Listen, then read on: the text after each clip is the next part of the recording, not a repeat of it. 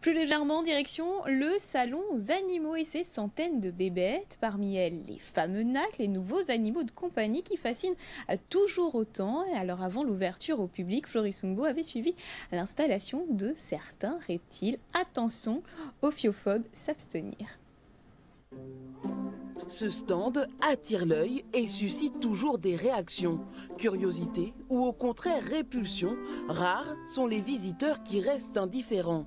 Quelques heures avant l'ouverture du salon, ces 2 pitons royaux sont placés dans leur terrarium.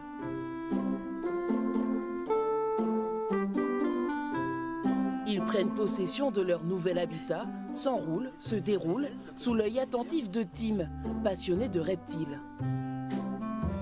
Ce que je préfère avec eux, c'est les porter sur le cou et quand ils rampent, parce que c'est doux et qu'il y en a d'autres qui disent que c'est plutôt gluant ou pas doux, quoi. Ces pitons royaux mesurent environ 1,20 m et vivent une quinzaine d'années. Ils ne sont pas venimeux, mais pour en posséder un, il existe tout de même des règles.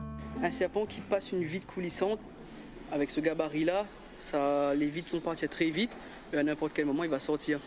Donc le minimum, avoir son petit cadenas, son gel hydroalcoolique pour la bête même et pour nous.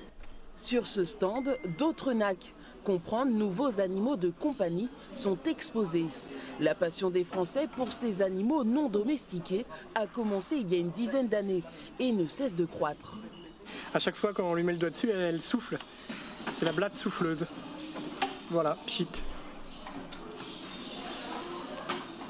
Ces NAC sont soumis à une réglementation bien particulière en fonction de l'espèce. Par exemple, pour le python royal, n'importe quel particulier peut en détenir jusqu'à 10 sans formalité particulière, dans la mesure où il n'exerce aucune activité d'élevage, de présentation publique, par exemple, ou de vente avec ces animaux.